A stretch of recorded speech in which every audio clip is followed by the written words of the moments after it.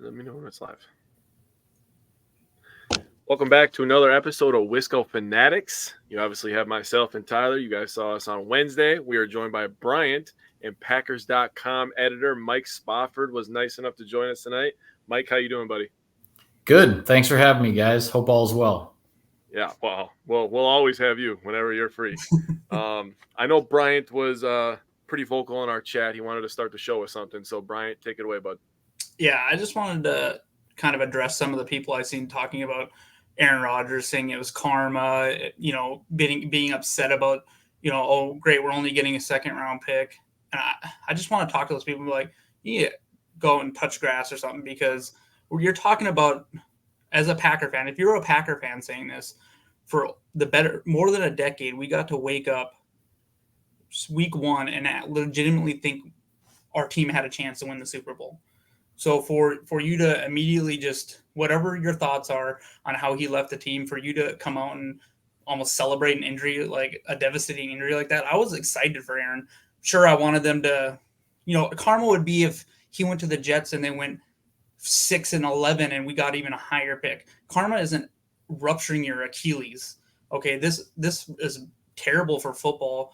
This was someone I was going to root for and look, forward to watching him play. He was somewhere he wanted to be. His relationship had run the course with Green Bay. But don't get it twisted. He was an amazing player. He is a Hall of Fame player for the Green Bay Packers. Well, his name will be forever put on Lambeau Field soon enough.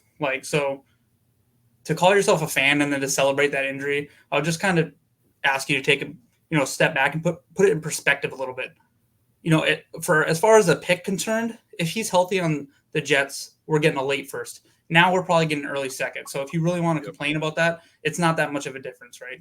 So I just wanted to say, seeing people celebrate it was pretty disgusting. So let me add something to that. It has nothing to do with the Jets, but it has to do with the Vikings, actually. And Alexander Madison was getting some very disgusting DMs last night after a rough game for him, rough game for the Vikings offense, really, besides the second half. They opened it up a little bit, but some of the stuff that these fans, and I'm going to quote them, fans are saying to these players, like, you have to realize that these are people, man. That's somebody's son. That's somebody's, he might have I don't even know if he has kids, but that could be somebody's dad. You know what I mean? Like, they don't need to be seeing stuff like that. It's the same thing about injuries. That's the nothing that we don't deal with that, right? We don't deal with injuries around here. You pick on injuries, you cheer for injuries. This is not the page for you, because we have no tolerance for that. So don't be cheering for injuries. You don't need to be talking disgusting to these players, because they're people. Just be better. This is a form of entertainment. It's a sport at the end of the day, right? It's something that we all enjoy, obviously. That's why we come here every Friday night to give you guys breakdowns of the games. But, we're not cheering for injuries or sending disgusting DMs to people. So I thought that needed to be said. Yeah, if you want to talk about the players being people, I think who was it, like Demaryius Thomas, or can't remember the name of him, the linebacker for the Saints, talking about his daughter struggling with seizures and the struggle they've been going through with that. Go listen to his press conference about that, and it'll kind of put you in perspective of that they're actual people. And so just some of that stuff is just, I just wanted to open with saying that. I thought it was kind of terrible to see that instantly. And it was actually some people that, there was one in particular I kind of tweeted back at, complaining about the pick right away. And he doesn't work for the Packers or anything, but he covers the Packers a lot. And I was just like, come on, man. Like, really? Like, I respect your opinion, and you're out here complaining, oh, we're only getting a second round pick right away. Only a second rounder. Like, dude, it's still a second round pick. Yeah. Only a second rounder. The trades. Yeah. And look what we've got from them already, to be completely honest with you. I mean, we moved up. We got Lucas Van Ness. We were able to get who else did we get? I forgot. Kicker Anders Carlson, and there was one other person that I'm blanking on, but we got a couple. Oh, was it Brooks? It was either Brooks. I think it was Brooks that we got. But we got a couple good players already, and we're going to be adding another second rounder to this roster, which looks young and fast and good. So I mean, you're going to be complaining about that. That's ridiculous. I'm sure, Mike, you probably seen it around the team as well. I'm sure there were some people pretty beat up about, that's someone they played with for a long time. I can't imagine, like, you've seen Bakhtiari come out against it almost immediately of the turf. So it's affecting our team still. People, whether it's a business and he went to play for someone else, but people on this team, our team, still love that guy. So yeah, I mean, the locker room, Wednesday is the first real day of the week that we're allowed in the locker room after practice to talk to guys. And of course, a big topic of conversation was Rodgers' injury. And and those guys in the locker room are sick for him. They whether it's a guy who played with him for a year or two, or a guy like Bakhtiari, who's one of his best friends. Nobody, and trust me, nobody in that locker room wanted to see that. It's a business. Business decisions are made, trades are made. Aaron Rodgers is not the first Hall of Fame quarterback to be, traded to another team. It's not the first time the Green Bay Packers have traded a Hall of Fame quarterback to another team. This is the kind of thing.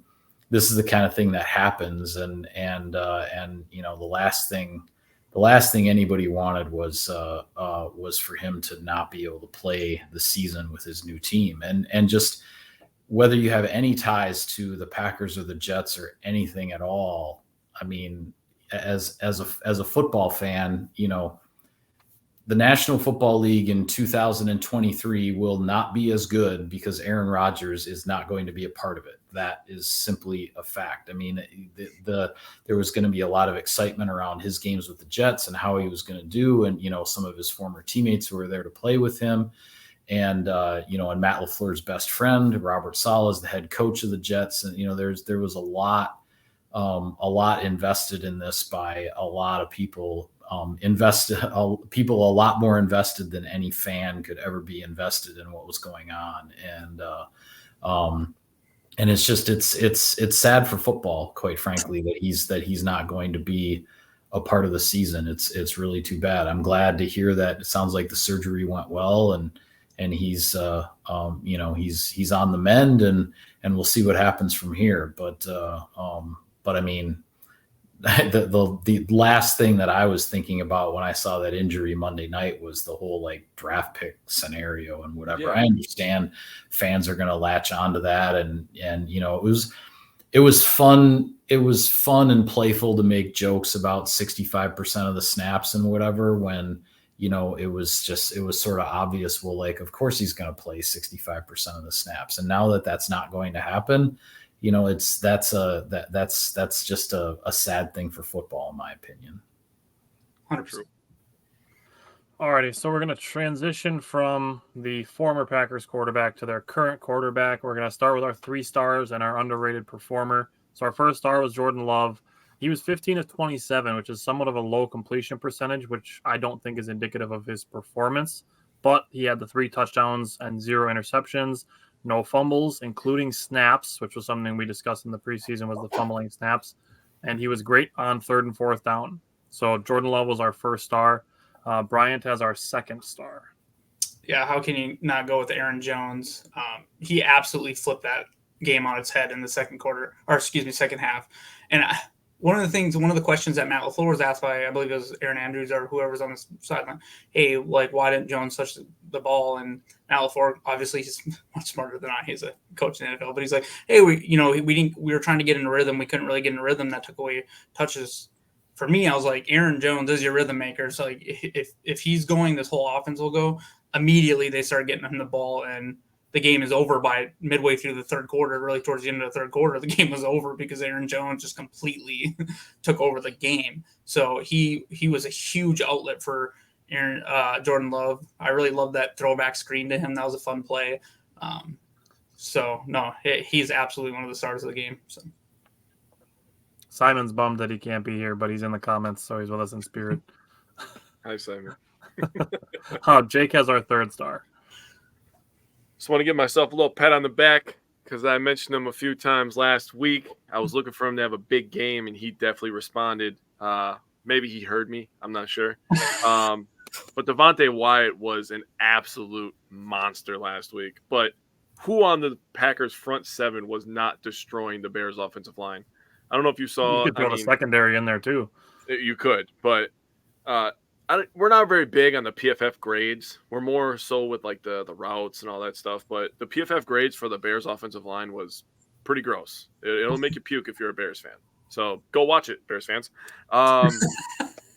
Anyways, Devontae Wyatt, 3 total tackles, 2 solo, a sack and a half, 2 tackles for loss, and 2 quarterback hits. The man was a monster last week, and we're going to need that to continue if this defense is going to be top 5. Was it something like 3.5 sacks between rookies and second-year players? Like, I can't remember what the stats were. It was insane. So, Lucas Van Ness, Brooks. Yeah, Wyatt, 1.5 from Wyatt. Yeah. Yeah, 3.5. 3.5. Pretty good production. All right. Simon asked if the underrated performer was Darnell Savage. He was in contention, but to me, there was no other player that it could have been other than Anders Carlson. It had to be Anders Carlson for the underrated performer because of how much anxiety he induced into the fan base throughout the entire training camp because of just missing kicks in practice even. I mean, it wasn't even a big deal in any of the preseason games. He made all of his field goals. He missed, a couple extra points in the actual games. And then week 1, when it matters, he makes everything. 5 for 5 on extra points, and he made a 52-yard field goal that probably would have been good from 62. So those are our 3 stars and underrated performers. Mike, is there anything you want to chime in on those guys before we talk about the offense? Well, I'd say with regard to Carlson, you gotta tip the cap to Daniel Whelan, because the hold on that 52-yard field goal that was tricky, and that was a high snap. He had to get that thing down, and as you said, Carlson just nailed that kick. I mean, yeah, I don't know. It was kicked to the opposite end from our really crappy view in the Soldier Field press box, so I never really got a good look as to exactly how far it cleared the crossbar, but you could see when it left his foot. It was, as soon as it left his foot, it was like, okay, the distance is not an issue here. It's going to be just a matter of the accuracy, and I said it would have been good from Lake Michigan. Yeah, that was quite a kick. Yeah, definitely Savage, and not just being the leading tackler and whatnot, but I mean that he was dodging blocks by the perimeter guys for the Bears. I mean, there was from when I went through the film, a couple things that I highlighted. I mean, he made Bobby Tunyon completely whiff on a block. He made Chase Claypool completely whiff on a block, he was a problem. I thought Savage and Nixon were probably the 2 most instrumental guys in kind of wrecking that whole bubble screen game for the Bears, because they never got that bubble screen game going. And quite frankly, probably the best play the Bears had the entire preseason was the bubble screen to DJ Moore that he took like 80 yards for a touchdown. So I thought Savage and Nixon were really good with that. And then the other one I would say is just in terms of the open field tackling, one-on-one on the outside, Rasul Douglas had a real solid. Yeah. Oh, yes. Well, I'm happy you said that. Thank you. Yeah. I mean, I don't like to get into guys like celebrations and stuff, his dancing and whatever. Like I'll leave the judgment of that to others. But I thought Douglas, really brought something to this game, and the pass breakup in the end zone as well. Cole Kmet kind of engaged in some contact there in the end zone. Douglas didn't back down, and fortunately the refs let it go. Sometimes you will see that flagged, and would have given the Bears another shot on 1st and goal, but it's kind of contact both ways. They let it go, and Douglas broke up the pass. So I thought there were a lot of I guess I'd say a lot of maybe underrated performers in this one, particularly on the defensive side. But on the offensive side, to me, the biggest thing that stood out, aside from the statistics and whatnot, the biggest thing that stood out was the protection by the offensive line. The running game was definitely fits and starts and whatnot, and there were some issues there, but the protection up front I thought was outstanding. And it really helped Jordan Love settle in, on the road, a place where, the crowd can get kind of nasty and everything. And those guys up front, I mean, the Bears got the 1 sack, late in the first half. And that was really the only time they really even threaten to get to Jordan Love as far as what I remember. Yep. I think they had 2 pressures.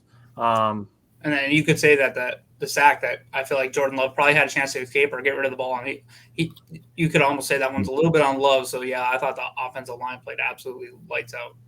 Yep. Simon said Tom had a stellar game, and he also loves 69.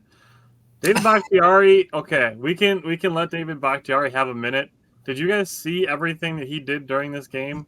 From laying down and waving to fans giving him the finger, and then later on himself giving the finger to the fans. That's all-time photo. First of all-time photo of him just standing up there and just giving him the bird, like just giving him the business. I'm like, how do you not love that guy? Seriously. He had this really weird, and I didn't understand what it was. He had this really weird celebration on the first touchdown to Dobbs. I don't know if you guys saw that. He laid down on his stomach in the end zone and was like kind of flapping one arm and leg like off to the side. And I didn't understand what it was. That was the end zone that was right below us, like where we were in the press box. So I happened to see it. I don't know if they showed it on TV or not. It was strange. It was weird. I don't know what that was all about. But that's kind of where it started, and then his day just got kind of stranger and stranger as the afternoon wore on in Chicago. David Bakhtiari is my spirit animal. He's just living his best life, man. Yeah, for real. Greg said that he's excited for this Sunday because the Packers and Falcons match up well against each other. We're going to get to that. We're going to finish recapping first. So talking about the offense, Bryant, what stood out to you from the wide receivers development?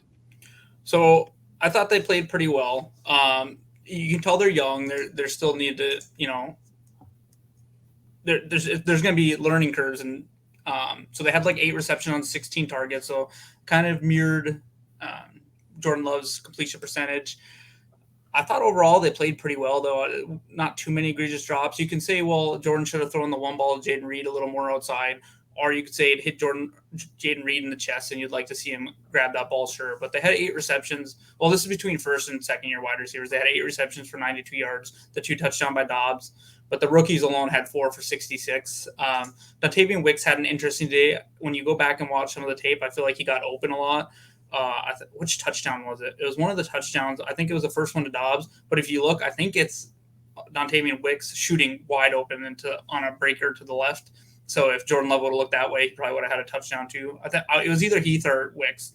So I thought they played pretty well overall. Obviously, Dontavian Wicks had the 2 penalties, but you got to remember he missed a lot of the offseason as well. But I thought he led the team in snaps at wide receiver. I think he had like 32, and the next closest was 31. He had 37. Oh, was it 37? Okay. 37. So I thought they played overall well. There's going to be some growing pains this year, but I thought they showed up, played well. I thought Jaden Reed had a couple big catches to support. He had a big catch on a 3rd down when the game was still kind of in balance. So overall, I thought they played pretty well. So I feel somewhat similarly about the tight ends. Like looking at Luke Musgrave is obviously the most prominent one. He played 46 snaps. He had the 3 catches on 4 targets, 50 yards. One I'll say, Mike, I'd be interested to get your viewpoint on this, was the throw where Musgrave fell down and Love overthrew. The one that landed incomplete. Now, I've seen you get people like Colin Coward who are like, he overthrew a wide open guy on 3rd down.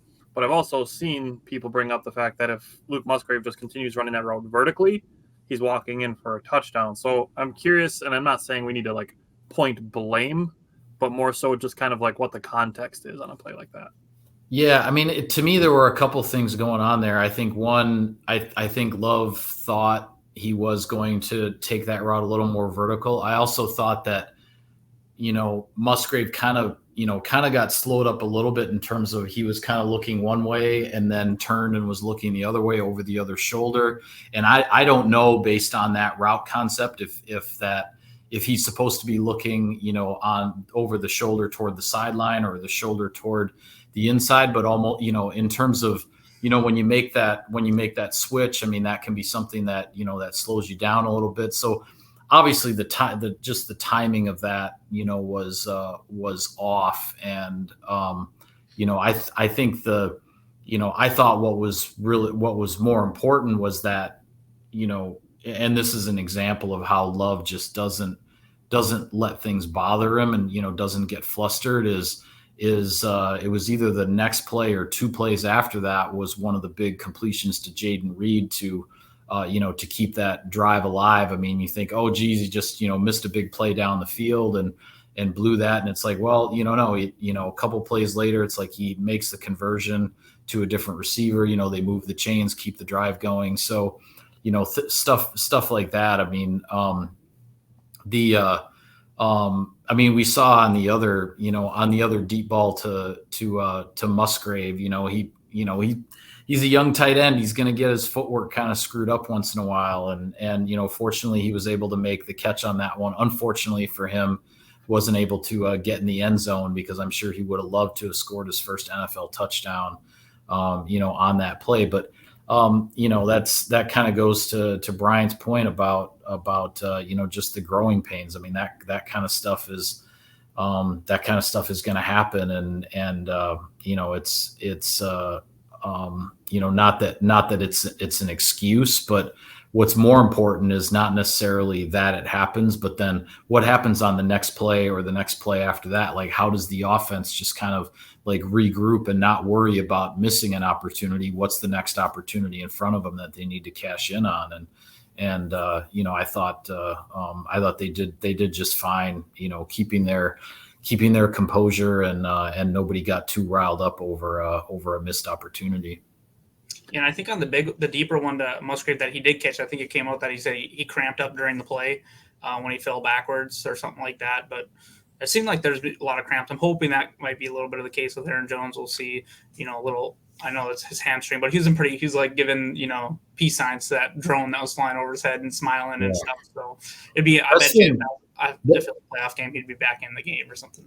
Yeah, best thing about that play, which to me was just watching AJ Dillon, how he first goes to maybe try to recover the fumble, but then he sees that Jordan Love is able to pick it up, and Dillon ends up throwing like 2 blocks in protection to help Love be able to get back in the pocket and let that ball go. I mean, Tucker Kraft had a huge block on that one too. Yeah, I mean, just the wherewithal that those guys had to just kind of stick with the play, block your guy, and try to keep things clean for Jordan so that he could try to make something happen out of that. And sure enough, it turned out to be a big play that set up a touchdown. So that was I thought that just that spoke to, I think, how mentally the guys were into the game, because they could they just okay, Jordan's going to pick up the ball.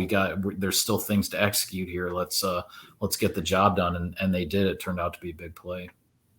So between the two Musgrave passes, the deep ones, basically what it came down to for me, and this is what I put on my notes, is that he just needs polish. He's a rookie, and he didn't have a ton of playing time in college either, dealing with injuries.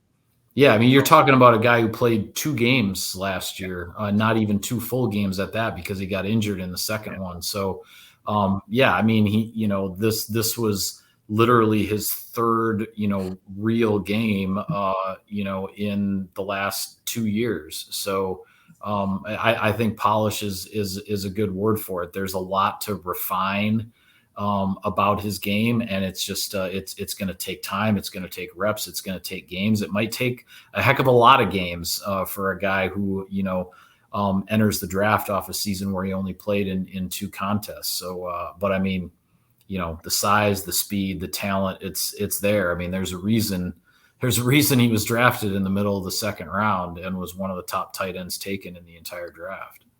I think so Ben Fennell and Mike Renner were both raving about him, not only about his passing game prowess, but also showing off being a willing blocker, which is something that comes back to, again, that deep pass to Luke Musgrave to tie into my next rookie tight end, which is Tucker Kraft. Jake and I actually broke this play down, not even looking at what happens between Jordan Love and Luke Musgrave, but Tucker Kraft carrying a defensive end all the way across the formation, and the only player that defensive end could get a hand on was A.J. Dillon. And Jordan Love was still 4 yards away from him, making a deep pass that ended up getting completed to the 5-yard line. I do like the way you put it, though, about looking at a missed opportunity and not being rattled by missing that opportunity, but looking for the next one. I think that's an awesome way to put that, and a great way to to coach that to the players. And then Ben Sims, the other rookie tight end, played 9 snaps, no targets, so not a whole lot. I would say the jury is still out on him. Greg, we're going to come back to your question when Bryant talks about the running game. I just want to throw on the pass distribution to marry the tight ends and the wide receivers together. 3 different players had a target on the first drive. Malik Heath was the 4th player to get a target on the second drive. Basically using downfield passes, wide receiver screens, running back screens, all of those things with Luke Musgrave. Toure and Dillon were targeted on the 4th drive.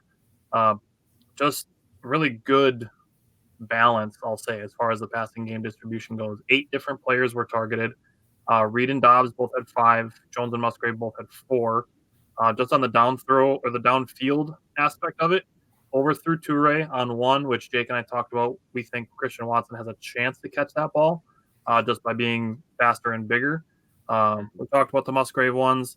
And then the incomplete pass that he threw to Jaden Reed that got Jaden Reed kind of banged up, but he was fine and back in the game later on. That was really the only throw in the passing game that I was like, ooh, maybe Jordan shouldn't have made that throw. But, Mike, is there anything else you would say that, as far as the passing game goes, that maybe Jordan Love could have done better or shouldn't have done? I mean, I think you pretty much covered it. As you guys said before too, I mean, I love the throwback screen. It was, I almost wonder if like they were talking about something in the locker room at halftime of, like, hey, all right, it's time to pull this one out and run it, because just the fact that was called on the opening drive of the second half just makes me think that, there was maybe some halftime discussion about that. And I forget who it was. One of the guys had said, might even have been one of the offensive linemen, said that, they've had that play and they've tried it before, but it didn't really work. And so, nobody really knew exactly what it was. And this time, the execution of that was spot on. So, I mean, from everything from the play fake to the leaking of the lineman to the off balance, the off balance throw by Love to put the ball on target to Aaron Jones. I mean, everything with that play went off without a hitch. And, those are the plays that they look easy when they're executed properly, but they aren't exactly easy to execute all the time. And so I thought that was pretty cool. Go ahead. I was going to say, one other thing that we kind of talked about in the preseason and before the season was the middle of the field. And I think about 50% of the completion or 50% of the pass attempts were considered in the middle of the field. And that was just something we didn't see Aaron do much. So I thought it was great that we were using the whole field again. I think he was something like, I can't remember the number, 7 for 13 in the middle of the field with like 2 touchdowns or something, because the one to Dobbs and Aaron Jones. So I thought that was great. Good call. Jake, on that screen pass, what were the other 2 things that we talked about?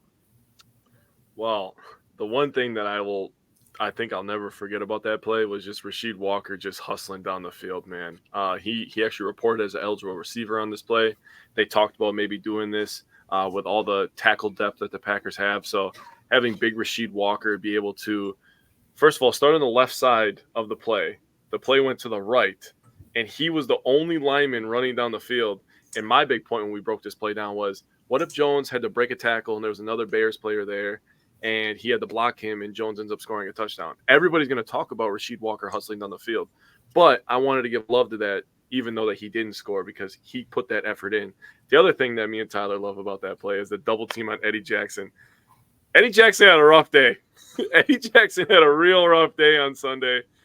He got bullied by 2 Packers wide receivers on this one. Who was it? Dobbs and Toure, I believe. Toure, yep. And earlier in the game, Love's first touchdown pass, actually, he absolutely got abused by Romeo Dobbs in a one-on-one situation and made him turn around. And me and my stepson this is a kid term now, but we were looking at the TV and we say, get that guy a map. That's a new thing that the kids say now. So somebody get Eddie Jackson a map. He's still looking for Romeo Dobbs. Bryant, what about the offensive line and the running game? So the running game, Spofford kind of hit it. They weren't as impressive in the running as they were in the passing game, and we've talked about that for the last few years. Like a lot of times they're a lot better. Like Myers, for example, he's a lot better, I believe, in the passing game. Same with Runyon, pass protection game than the running game. It's just Myers is weird. There was like a series of 2 runs. If Jones runs outside, and Jones, you can see Jones saying, "Hey, that's my bad. I should have went outside. It's a touchdown early in the game." I think it's the very next play that you see Myers completely whiff on a block on like a pull or something like that. So he had an up and down game in the run game. So the offensive line and with the running game, the running game wasn't that effective. It looked more effective than it was because of the numbers Jones put up. He did have, 9 carries for like 41 yards or something, was pretty good in the running game. But Dillon had a really rough game with like 13 carries for 19 yards. I have a little bounce back prediction for that, but later on in the show, just a little teaser there. But nice. So overall, the running game wasn't fantastic. The offensive line, fantastic in the passing game. They definitely need, it was a little spotty in the running game, but I think that's something they'll continue to clean up. And I think they're efficient enough to where, if Jones he was averaging just shy of, 5 yards a carry again, like 4.5 or whatever it was. Patrick Taylor, it was kind of late in the game. He had, 4 or 5 carries for 20 yards too. So he was above 4 yards a carry. So I thought they could have played better, but overall I thought they played all right for the running game. I feel like a lot of their runs came in situations where like, all right, everybody knows we're here to kill clock.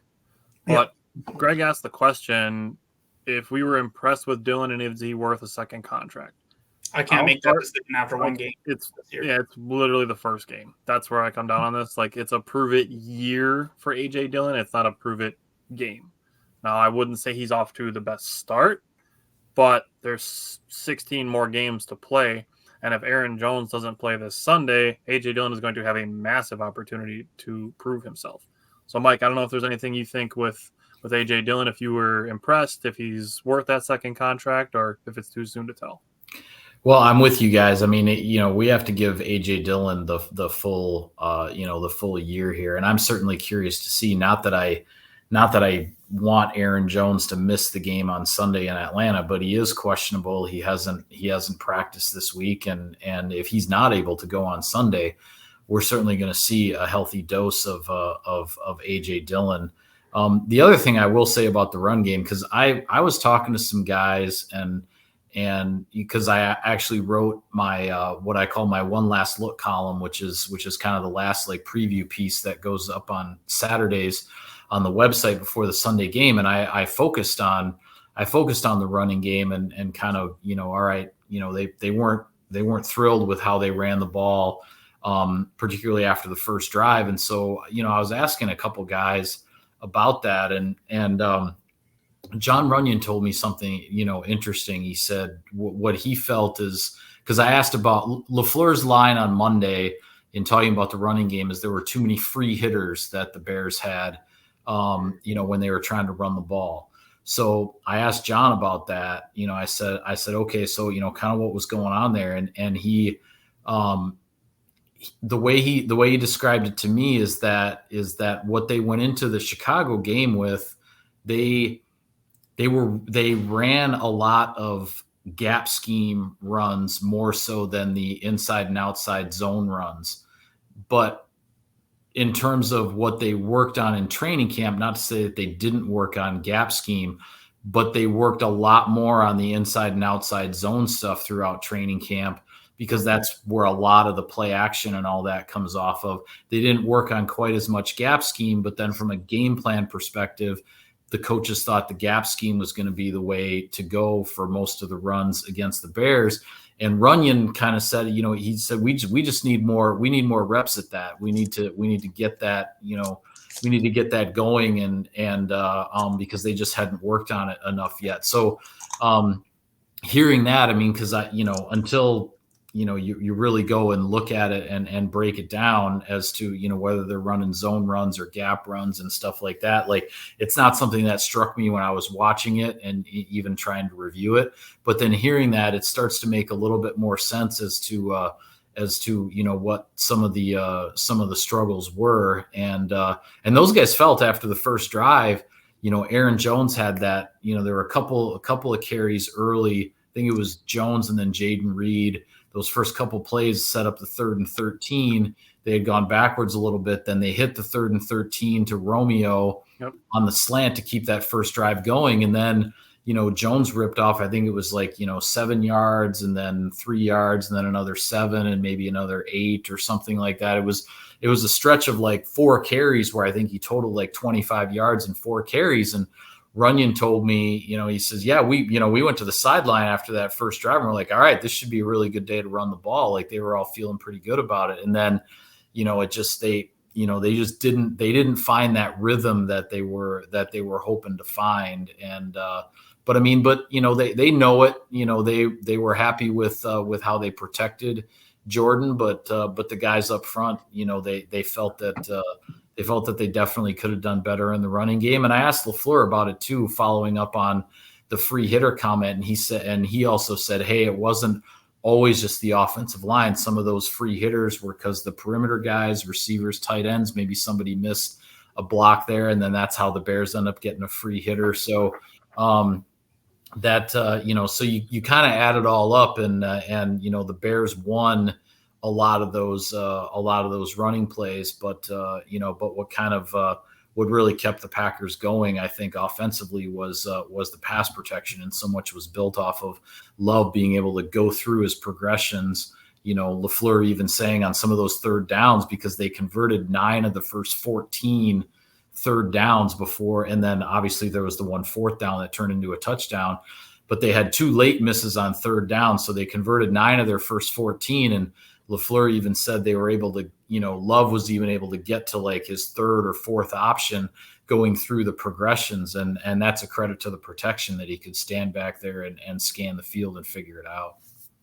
One thing I do want to say about Dylan real quick, we got to give him massive credit for that zone pitch or whatever they got where he got smacked as soon as the ball was pitched to him. It was a loss, but if he doesn't, how many times do we see players fumble that ball right there? Somehow he doesn't fumble that ball. That was still, I think that was a 7-3 or 6-7 game or whatever when that happened.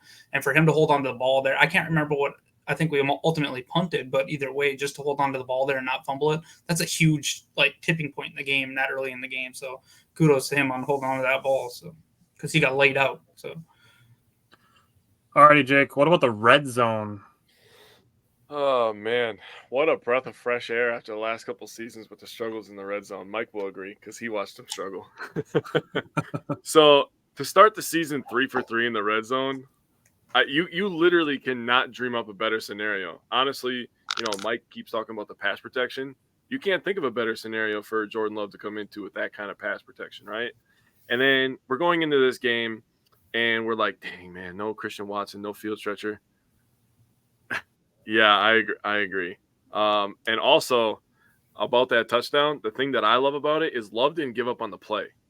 He let the play develop, and actually on that play, who was it? It was Musgrave was running outside. You had Jones running outside, which takes the corner and the linebacker down, and that's where we talked earlier where Eddie Jackson gets one-on-one and absolutely gets destroyed by Romeo Doubs, and Love just steps up in the pocket, hangs in there because he trusts his guys to protect him. He trusts Doubs to get open, and he throws an absolute perfect dart. So that was the 8-yard touchdown pass that he threw. He threw another one where Romeo Doubs dogged a guy in the corner, and I was freaking out. I was like, oh, God. Everything's going our way. I feel like I need to go buy a lottery ticket right now because everything's just working. We also had a 1-yard touchdown run with Aaron Jones, so that was nice. They showed multiple ways to score the football in the red zone. The one thing that I think that I would love is for us to have a tight end presence in the red zone. I think that's the one thing missing from this offense. And the scary thing for the rest of the NFL, putting you all on notice right now, we went 3 for 3, right? That's 100%. There's so much growth possibility with this offense. It's about to be scary hours pretty soon here, I think. Love can run it. We could put 2 running backs on the field. Also, I do think that A.J. Dillon's worth a second contract. We nobody talks about pass protection. I think Aaron Jones is actually pretty good at pass protection. But just that alone is makes him worth it. And he's a pretty good receiving back. Let me throw Christian Watson into that too. We didn't see him in the red zone at all. Yeah, obviously because he didn't play. They got to have some gadget plays for Jaden Reed. They like to use him all over the field. They try to a nice little play with him where he actually got destroyed on a tackle too. He could have fumbled that too, being a rookie. His first game, fast game, getting smacked by another rookie, Bears rookie. But that rookie ended up getting his welcome to the NFL moment later in that game. But I thought they were great. They used a lot of different formations. They threw the ball. They ran the ball. I thought they were fantastic. And I just want to say, before that throw to Dubs, if Aaron Jones doesn't drop that screen, I think that's a touchdown. Yeah. I think that would have been Love's first touchdown. Hit him right in the chest. He turns around. He has a big fat guy trying to catch him, right? He has 3 linemen in front of him. I think he could have backpedaled into the end zone, to be honest with you. But you take a shot at Luke Musgrave like that? Sorry. I think that would have been the first touchdown. I think they were A+ in my opinion. They were awesome. I want to talk about that second Dobbs touchdown, and I'm not making the comparisons or anything, but I seen that exact same throw from one Aaron Rodgers to Devontae Adams against the Cowboys, and that tell me that Love didn't learn some stuff from that. Was an absolute perfect throw right over that helmet of the defender. Yeah. Like that was, and Dobbs has such strong hands. He showed that as a rookie too, so it's just awesome to see. So I think he showed that even in college. That was my favorite thing about that second touchdown of Romeo's was his hands and seeing that. And I feel like that's an area, not to say that he didn't show some strong hands as a rookie, but I think that's a part of his game that he already showed is on the upswing, is improving. And it can take receivers a while to develop that. Just thinking back recently, it felt like it took to maybe year 3 or even year 4 before we saw those kind of hands from a guy like MVS on a play like that. And here we're seeing it from Romeo in game 1 of year 2 in a really clutch moment. I thought that was really good to see. I feel pretty similarly about third down offense as Jake does about the red zone offense. So looking at it on 3rd and 4th down, the Packers in the box score were 10 of 18 on 3rd and 4th down, but I'm going to take out the last 2, the 3rd and 8 and the 4th and 6th. They were running just to kill clock at the end with Sean Clifford in the game. So I'm going to call them 10 for 16, which is 62.5%. Last week I brought it up that I'm going to be looking for the Packers to be above 40. That's where the league average was last year. They were at 39.5. So I don't expect them to continue to convert at 62%, but I'd be super excited. We're going to win a lot of games. Yeah. Jordan Love on 3rd down, 8 for 10, 141 yards, 2 touchdowns, 158.3 passer rating. That's declared as a perfect passer rating. The Packers scored all 3 times on 3rd down in the red zone, scored touchdowns. I just want to add something real quick. And I know that we're not trying to make the comparisons, but when Rodgers was first coming up, where was he really good? He was really good on the money down. He was really good on 3rd down. And if Love has that same ability, oh boy, the rest of the North is in for another 15-year stretch of depression. Slow down a little bit. I know. But when Rodgers was first coming up, he was really good on 3rd downs. But it's about, the game, the game hinges on situational football, right? It's what you do on 3rd downs. It's what you do in the red zone. It's what, do you get touchdowns or field goals? Can you convert enough on 3rd down to keep drives alive?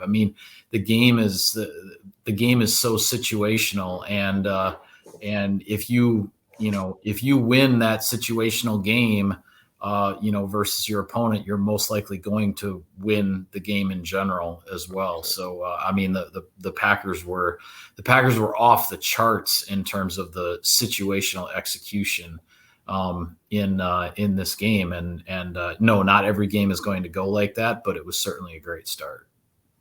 Is there any sweeter sound than the Bears getting booed off their own field by the midway through the 3rd quarter? Bro, they were booing in the 2nd quarter. Yeah, if you're a Bears fan, I just have to say, I don't want to belabor the point, but that had to be just a disheartening, discouraging performance. I mean, seriously, you go 3-14 the year before. You have the number 1 draft pick. The front office decides, okay, we're putting everything behind this quarterback. We're going to trade the number 1 overall pick for a wide receiver and for a bunch of other draft assets. We're going to build this up. You've got your biggest rival coming in week 1. They're making a transition to a new quarterback and all that. And then that's the performance that you put out there. I mean, that the Bears were not good. And they've got, I wasn't expecting, the Bears to suddenly look like world beaters out there coming off a 3-14 season, but I thought the Bears were going to look better than that, and they didn't. They're a long, long ways away. I won't lie. Yeah. I was legit on my hands and knees, like looking at my TV, laughing after the Quay Walker pick six. I was like, "There's no way this is happening in front of America right now." Like, I did not expect us to beat them like that. I thought maybe it would be a close game, like a low-scoring close game, like both quarterbacks struggle and all this stuff. But man, oh man, did we beat the brakes off them in the second half? That was so satisfying. Hey, can you throw Cody's comment real quick? I just want to mention one thing about the clock. Did you guys see the one play where Jordan Love was super calm? He was coming to the line. You can see, I can't remember exactly what happened on the play. The play clock was winding down. You see Matt LaFleur like freaking out, running up to the ref on the sideline. You see Jordan is just totally calm and collected, snaps the ball. And I think that's one of the plays he threw for like a 10 or 15-yard gain or whatever and just moves along. But you see Matt like just losing his mind on getting ready to call timeout on the sideline. Because this is one of the things that drove everyone crazy last year, or really the last several years with Aaron. But I thought we did a good job. But that play did make me crack up. I was laughing pretty good about it. So. All righty, Brian, what did you see from special teams? I mean, I thought we kind of talked about Carlson. He was already in our, underrated performer. Yep. I don't know that we could have asked for a really better performance. If you want to nitpick, some of the snaps were a little high. Like Mike said, on a couple of them were, really good job by wheeling there holding. But then a couple of his punts, you'd like to see him keep out of the end zone. If you want to like nitpick, but the kicking was phenomenal. And maybe it's only people that are kind of sick like us that literally read every tweet during the spring training and everything, and we're following Carlson because every moderate Packers fans probably only seen Carlson making all his kicks during preseason games, field goals anyway, and like including 57-yarder. But to see him make all those kicks, some of them were like starting to. He was putting a tail on some of the last extra points there, but either way they went through right. They counted. So, but on the 52-yarder, it was dead down the middle and. It was probably good from 58 to 60 again. Jaden Reed looks like he's going to be a strong punt returner. I want to talk about that punt return by Jaden Reed real quick. I thought it played a huge part into kind of putting the game away, right? So we had just gone down, scored the touchdown out of the halftime break. The Bears go 3-and-out. They punt to Jaden Reed. He has a 42-yard return or whatever it was to the Bears' 42-yard line. 4 plays later, Aaron Jones is trotting in the end zone, and you might as well put the game away right there. It was 24-6 or whatever. So just to see that punt return, and I mean, everyone thought he was going to bounce. He turned that corner straight up the sidelines, and he almost did that earlier on one of the catches he had. I thought there was one catch he had that he just barely stepped out of bounds that he probably left another 10, 15 yards on. He was kind of beating himself up about it, too. Yeah, you know about it, yeah. Just his speed and his turn and his explosiveness on the punt return was awesome to see. So I thought overall special teams played great. You're always going to have Nixon trying to take the ball out from like all the way in the back of the end zone. We'll see what happens. Young Wei Koo has a huge leg, so we'll see if he's taking him out deep. But I love Nixon's energy. I think he returned one run to the 24-yard line, and he just got up all pumped up. Like he didn't care that if he would have kneeled, it would have rolled into the 25. He was just happy to return the ball. I know. So I just love that guy. But overall, special teams, I thought they played pretty well. Mike, you got any thoughts on the special teams? Yeah, I mean, I think Jaden Reed is going to be a potentially big weapon on punt returns, and I mean, we watch every training camp practice and everything like that, and you don't really know what it's going to look like until it gets into live action. But the one thing that stood out from Jaden Reed from the day he showed up when they were, in OTAs without pads all the way through training camp, all the padded practices, is when he was back there on punt returns, he looks so natural catching the ball. It's like he's been catching, punts since he was 4 years old or something. It looks completely second nature to him. It's reminiscent to me of watching Micah Hyde when he came in as a rookie in 2013. He was the same kind of thing. It's just some guys, everything just looks natural when they're catching the ball, even when the ball is wobbling or doesn't look perfect. And Jaden Reed falls into that category. And then to see him have the one return for 15 and the other one for 35 up the sideline. I think it was. I think you have to go back to somebody in Insider Inbox had sent in a message and pointed this out, that I think you have to go back to Phil Epps in 1982 to find the last time a Packers rookie had a punt return of at least 35 yards. Oh, wow. In like week one. Okay. I was gonna say I would have guessed Randall Cobb, but yeah, sorry, that's like a week one thing. Week one. Like season opener as a rookie, Gotcha. But no, I think Reed is going to be. I think Reed's going to be a factor on. He's going to be a factor on punt returns, all year. And I was impressed with the way Whelan was able to get the holds down for Carlson, and even the one that ended up going in the end zone. I mean, it's a 68-yard punt. It's still a 48-yard net. Trust me, Rich Bisaccia will take a 48-yard net on a punt any day of the week. That is not anything to. That's not anything to complain about there. So it was something else I was going to mention, and I forgot what it was now. In my what you might have missed piece that I post on Tuesdays with like the video clips and stuff like that, I thought it was really cool on that punt return. A couple things stood out. One, like Dallin Levitt completely flattened his guy, right just off to the side from where Reed caught the ball. Reed ended up running like the other direction, but if you actually look at the film, like Levitt completely flattened his guy on the other side.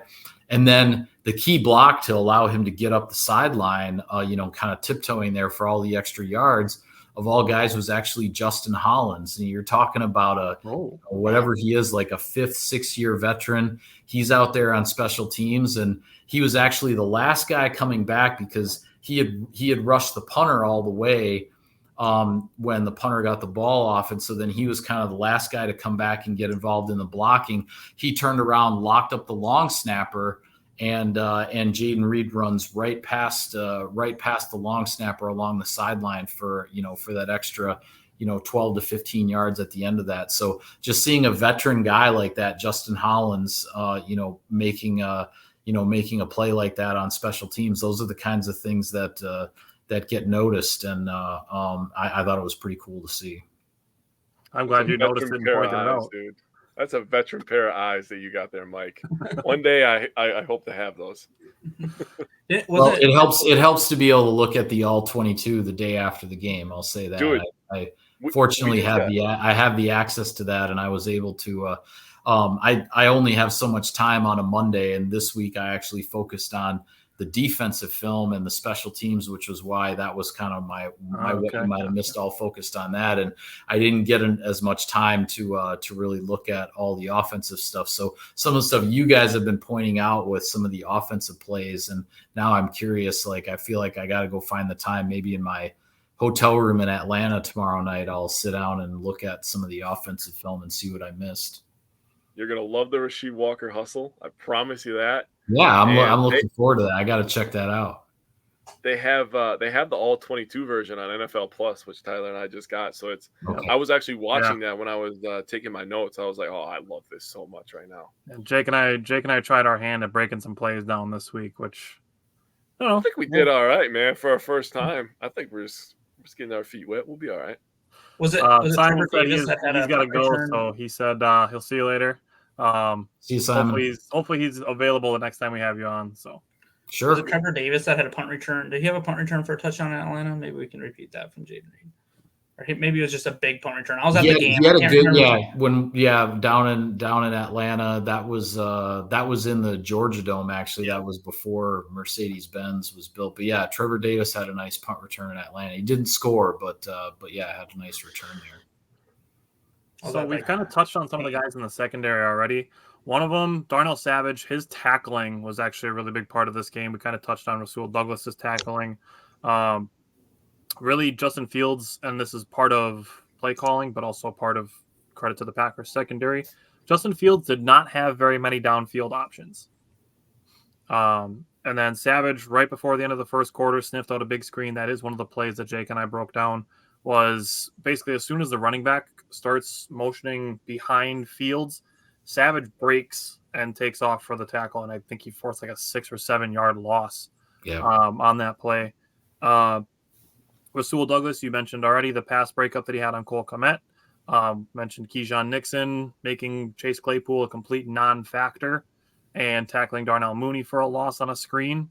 And really the only thing I will say is in the second half, first is what I would say is the only miscommunication that I saw on a zone defense play that allowed Darnell Mooney to score the one touchdown was between Nixon and Douglas. That was really the only, I guess, if you want to use the word complaint, but I would say the miscommunication in the zone defense was really the only bad thing that I saw from the secondary.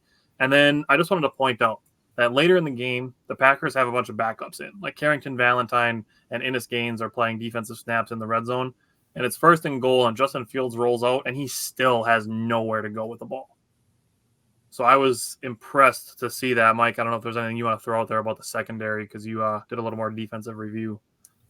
Yeah, no, I mean, you pretty much covered it. Like I said before, I think, Nixon, there was obviously some kind of a breakdown there, whether it was Nixon or Douglas or with the responsibility. It was clearly a zone coverage on the touchdown to Mooney, but what I like best about just the way the secondary as a whole played in this game is the way they attacked the line of scrimmage. And I think that was partly a game plan thing because the Bears do throw so many horizontal throws, the bubble screen game, the swing passes to the running backs out of the backfield. A lot of that offense is throwing the ball horizontally. So as a secondary, it doesn't do any good to be, 12, 15 yards off the line of scrimmage, like attack the line of scrimmage and play it that way. And I thought Nixon did that on the bubble screens. I thought Savage did that. Those guys were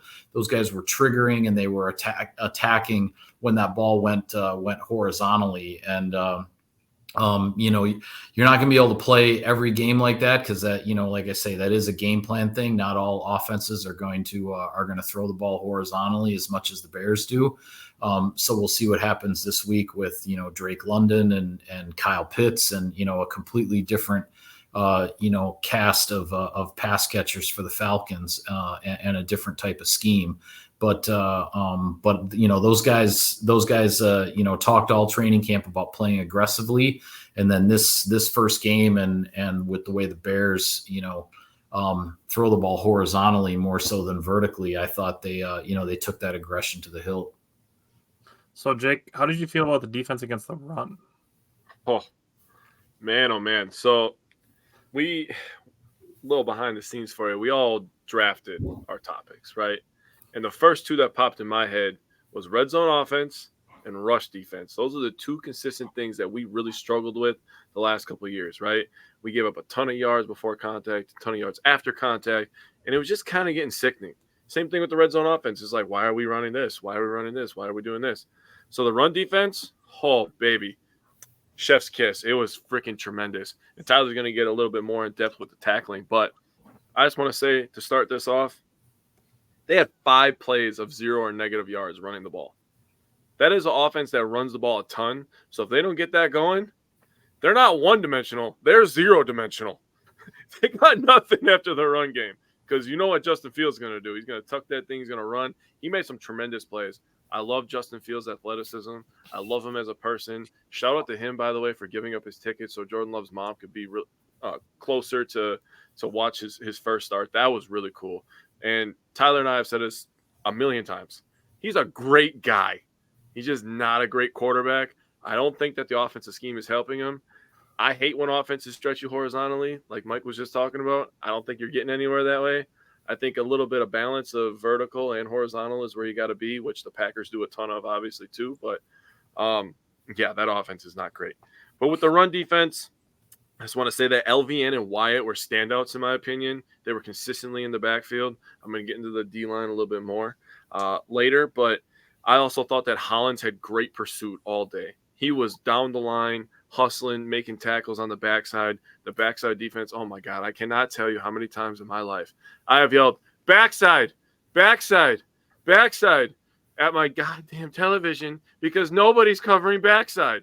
Also, you could see the effect of Rashawn Gary on the field immediately. That guy's heart beats for the entire team. When he gets on the field and he's just manhandling another human being, everybody else in the defense is like, yep, Rashawn's here. Guess I better step my game up. He's just one of those people to me, and you could tell that it goes through everybody. And then you have Jair chirping in everybody's ear. I love this defense. The potential is outstanding. Obviously, 8 first-round picks. You should be pretty good. But LVN, tremendous at setting an edge. Already, you could tell that he got that coached into him in college. In Iowa, as much as I like to dog them, they're kind of like the Chicago Bears me in college football. They can coach some football over there, especially on defense. So LVN and Wyatt for me get the gold stars. Hollins was tremendous. And, you know, we already brought up Nixon.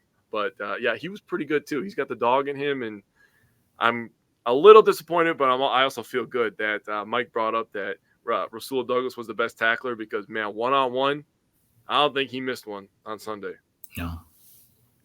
And the other thing, as far as tackling goes, I think they got miles better as the game went on. So I counted it up while I was rewatching the game. I counted 9 missed tackles in the first half, only 4 in the second half. So literally cut them in half the amount that they missed in the second half compared to the first half. So I thought that was great. How many of those were probably attributed to? If it was any other quarterback, we probably have 8 sacks that game. So I'm telling you, bro. Back to kind of Justin Fields' athleticism. There's one towards the goal line where he turned around and still made it was Devontae Wyatt or whoever he got away with. I was like, how did he not get sacked? It's just so yeah. I love when I watch Justin Fields in the pocket and the way he gets away. It's like it reminds me of the Karate Kid where they're trying to catch the flies with the chopstick. Seriously, like that's what you're just like, how in the world are you going to catch this guy? Like it looks impossible sometimes. And then the one time Rashawn Gary just absolutely buries Justin Fields, for a sack. It ends up doesn't count because they have 12 guys on the field. But credit to Gary, even with the flag flying and the Bears were trying to get a free play, he was having none of it. He's like, you guys aren't getting a free play. I'm getting a free shot at your quarterback. I literally thought during that, I was like, I'll take that 5-yard penalty if we're just going to smoke your quarterback. So That's what I said to Jake. I'm like, yes, you have the penalty and you know it's a penalty, but your quarterback just got leveled by Rashawn Gary. Like, if you're the Bears, does that even feel like a win to you to be moving 5 yards forward? He's not a normal quarterback. He takes enough hits the way it is because he runs the ball so much. So, yikes. It's like trying to sack Ben Roethlisberger, but he runs a 4.5. So Ben Roethlisberger was a freaking brick, dude. He was tough to bring down. All right, Jake. So looking at the defensive line and the pass rush, you kind of already touched on some of the guys, and we talked about some of the sacks by the rookies and stuff. But what stood out to you from the defensive line and the pass rush? So I'm going to make a basketball reference. Sometimes they say that guys have a loud 20, right? Chris Middleton can have a loud 20 because he hits a bunch of threes, big-time shots. I feel like the defensive line, they had 6 tackles total together. The starting D-line, I'm talking. TJ Slayton, Kenny Clark, and Devontae Wyatt. I already told you his stats. They only had 6 tackles total. That was the loudest 6 tackles I think I've ever seen in my entire life because every damn snap they were in the backfield or hitting somebody or reading the play correctly. They were bothering Justin Fields all day. I thought the defensive line was tremendous. I love the attitude of TJ Slayton. Now, he's riding a fine line with as much talking as he's doing because he was talking a bunch. I don't know if anybody else noticed that, but he was always pointing. I'm here. He was I'm sure you're saying other words that are not appropriate for kids to hear right now, but he was talking. So if he could stay on that line of attitude and using it in the correct way, I think TJ Slaton's going to be a tremendous nose tackle. I love Kenny Clark at D end. And if Devontae Wyatt, and I know this is a big if, and I hate doing ifs, but that's the business we're in, and that's sports, right? If Devontae Wyatt is the Devontae Wyatt we saw on Sunday, this defense is going to be so goddamn good, dude. Holy crap. You want me to go right into the pass rush right away? Go right into it. Marry them together. Oh, I got to tell you, Bryant stole my thunder a little bit because the first line that I wrote in here is literally any other quarterback but Justin Fields and his amazing athletic ability, we might have 10 sacks. That is how much we were in the backfield. The Bears' offensive line is horrid. It is, I mean, Darnell Wright is very good. Pretty sad that he's already your clear-cut best offensive lineman. He should not be playing guard either, by the way. He's their best. It's not even close. And that is so bad. Their left tackle, Braxton Jones, garbage. I'm sorry. I have to say it. He's garbage. He's terrible. He had 3 penalties. He had 3 penalties, and he got his quarterback killed all day and his running backs. Although I do want to say, Tyler, that we didn't bring up, Justin Fields is going to get his wide receivers killed by all his high throws. I definitely said that. But I just remember you saying that to me the other day. He's got to stop throwing balls high. He's going to get his receivers killed. He is. So we ended up getting 4 sacks for a total of 27 yards. And here's the pass rush win rate according to PFF. This is stupid. Rashawn Gary, 44%. Carl Brooks, 15.8%. Devontae Wyatt, 13.6%.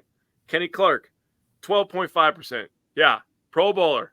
Kenny Clark is that low on the list. That's not good news for you. Justin Hollins, 11.8%. And Wooden, 8.3%. That's all bad for you. That's all bad. All of that is bad. Also, Justin Fields was under pressure on 53% of his dropbacks. That's ridiculous. He threw the ball 37 times. 53%, dude. Oh, my goodness. And then your first read's gone because Jair Alexander's covering him. And you know he's not looking at his second read. It's done. That game was horrible. I'm sorry, Chicago fans. Actually, I'm not sorry to the fans. I'm sorry to, like, the actual Bears players because they have to play there and deal with the terrible fans. But, you know, it is what it is. Brian, what about the red zone defense?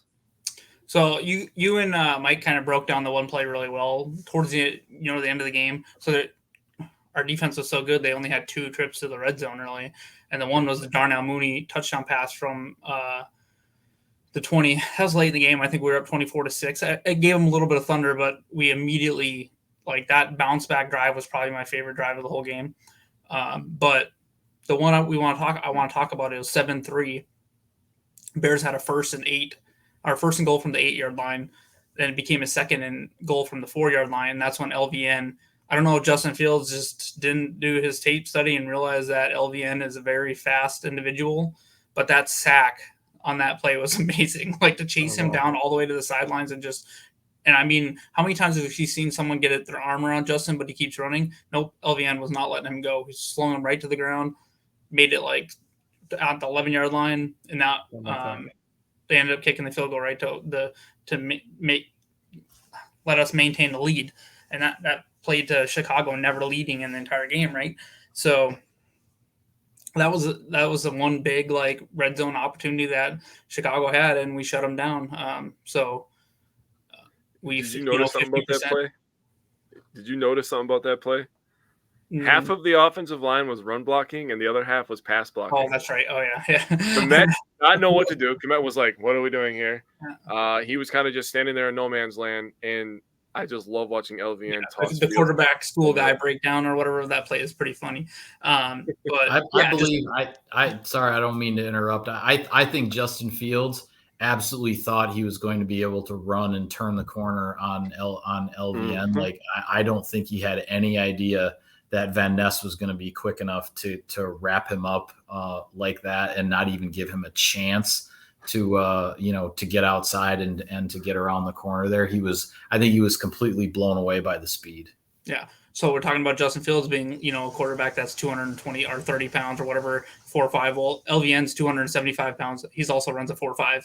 So, yeah. So, unfortunately, he couldn't get away. Well, Fortunately for us, he could not get away. But that was the one big red zone opportunity man. that the Bears had in the game. It was a huge moment because if they score a touchdown there, it's 10-7. Which means we probably end up tied at halftime, and you never know what could go on with the game. So I thought that was it was nice to see. We'll see if we can, Atlanta now on the flip side had 3 red zone opportunities against Carolina, went 3 for 3. So all fed through the running back. So that'll be a big thing that we have to watch out for in this game. All right, Brian or Jake, to wrap up the defense, how are they on third down?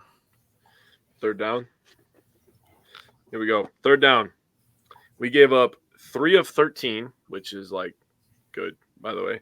The one of the third downs that they picked up actually was a missed tackle by Jair Alexander. So it was like, but you can't complain that much. That was again where we're talking about Justin Fields' athleticism, and Mike made a great analogy of trying to sack him. It's tough, right?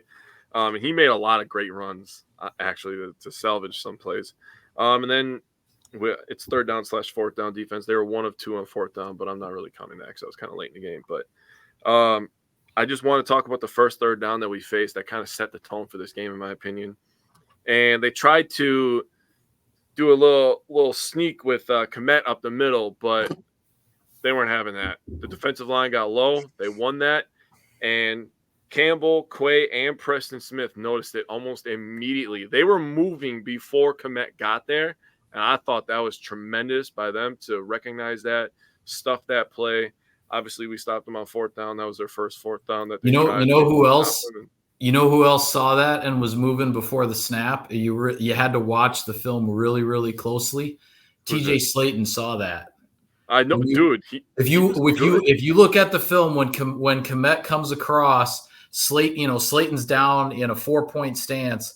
And you can see on the film, like his head comes up like this, like his eyes are up watching Kmet. And right before the snap, as Preston is crashing in from his right, TJ actually shifted a little bit, even further to his left to crash into the middle there as Walker and Campbell, like you said, were coming from second level. TJ Slayton saw it from the 4-point stance and actually shifted over and got right in the middle of that thing too. They were so ready for that. They were so ready for that. They saw it coming. They knew it, and they stuffed it. Yeah, so I thought that was a big tone setter in this one. That first third down, and Mike, I'm close. I'm gonna have those eyes like you, man. I was close, but just tremendous stuff. And then obviously right away we go down, we score a touchdown, and that kind of is just like, okay, we're here to play. We're the better team.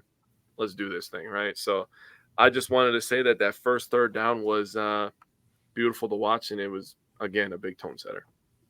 So, Mike, is there anything else you wanted to say on the defense as far as the Bears game goes? Yeah, I mean, I think to echo what you said, I mean, I thought that opening drive really set the tone. When you look at you look at what the defense and special teams did in this game, the Packers had 3 offensive possessions thanks to defense and special teams that started in plus territory, and they actually weren't able to take advantage of one of them after the fumble by Fields. But after the fourth down stop and after the 35-yard punt return, 2 drives that start in plus territory, those end up being 2 of your 4 touchdowns in the game. And when your defense and special teams give you the ball on the other side of the 50 3 times in one football game, you've got a really darn good chance to win the game. And the offense would have liked to have gone 3 for 3 in those situations, or even at least gotten a field goal off of the one instead of not getting anything. But the defense and special teams set up Jordan Love in really good position most of the day. And that's not to toot my horn, but that was my key to my game when we did this last week, was points off turnovers. And exactly, if it wasn't, I think it was just probably, who knows, maybe it was Devondre Campbell or something, pulled someone off a pile and they pushed them those 15 yards back, but could have easily been 3 for 3 on turnovers, and that just completely swung the game. Yeah, that's where I'm looking at coaching, and I'll say that one, like some of the personal fouls that the Packers had were just discipline things. Like the first one that we got was for retaliating at Lucas Patrick, who got in Jair's face after pushing Justin Fields out of bounds while he was still a good 2 yards inbounds. which it is what it is. Hey, that's Face Luke. That's mask? Luke. That's Lucas, though. I mean, Yeah. I have to say, I love Lucas Patrick. And I don't blame him one bit for sticking up for his quarterback there. It's week 1. Your rival is here. I mean, Lucas is going to do that. And yeah, it turned into a little bit of a melee and whatever, but that is totally Lucas Patrick to a T. Like, and if he's on your side, you want him sticking up for your quarterback like that too, whether the hit was legal or illegal. And it was clearly legal. He was in bounds, but Lucas is a good dude. You want him doing that if he's on your team. Yeah, so the Packers, I think it was Slayton that got a retaliatory penalty for getting back up into his face after that. The other one, a face mask, those happen. You're never going to be able to completely avoid those for an entire season. And then the Rudy Ford one, just not a good choice. He was mad because he got run over by Roshan Johnson and just kind of let the frustration get to him. And then the unsportsmanlike conduct penalty after the pick 6, that one I kind of chalk up to just the emotions of week 1 and just kind of a high level situation. So overall, I think some of them were disciplinary things where it's just like, hey, like you just can't do that. And then some of them were just kind of not going to be avoided. As far as consistency goes, I just think we need more games before I can really say that they're consistently doing anything. 2 things in the second half that I saw get way better. 1 I already mentioned was tackling, and then 2 was the offensive balance. We already talked about Aaron Jones getting way more touches in the second half. As far as coaching goes, the only complaint that I really have was almost letting the time run out in the first half after Love got sacked. And then kind of touched on this already too, the Packers being much closer to the line of scrimmage against wide receivers, and DJ Moore being an absolute non-factor after his first 2 catches. As far as time of possession goes, it was almost perfectly even. I will say the Bears did a better job of sustaining drives in the first half than the Packers did. The Packers had back-to-back 3-and-outs at one point. And then the last thing that I'll say on the coaching is I think Joe Barry did a very good job of balancing zone and man defense, and the only touchdown that came off of the zone defense was a miscommunication. So, Mike, is there anything you want to say about anything coaching related or time of possession related before we switch into the preview?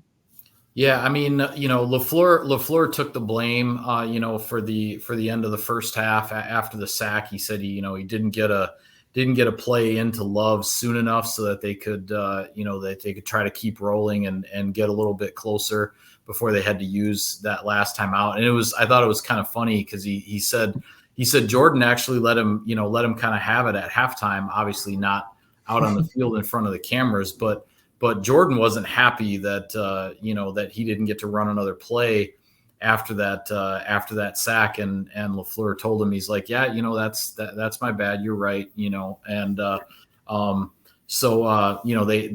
sorted that one out. The other thing you mentioned DJ Moore being a non-factor. I sit up with Wes in the press box next to me, and he pointed out to me a couple of times in the fourth quarter, and it wasn't on camera on the TV, but we were watching DJ Moore after a couple plays, like his body language was absolutely terrible. Like he was so frustrated. There were a couple plays in the fourth quarter where he felt he had gotten free, and then Fields decided to scramble and didn't throw the ball, and there was frustration and bad body language going on from the Bears' new number 1 receiver. So that'll just be something to pay attention to as the season goes along, because he's got a lot of high hopes for what he wants to do there, and the Bears have a lot of high hopes for him. But it was not a good start for DJ Moore. That's an expensive crybaby, in my opinion.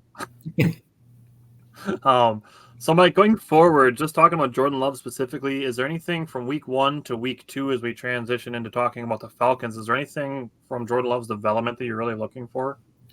Well, yeah, I mean, I was asked this, this week in the Insider Inbox column too, and I don't dive too much into the weeds and anything. I mean, I think ultimately what's going to decide, kind of where Jordan Love is or where he gets to in his development, in this first year is what happens in what happens in crunch time when some of these games come down to the last, 5-6 minutes of the fourth quarter and whatnot. Obviously, this first game was not one of those.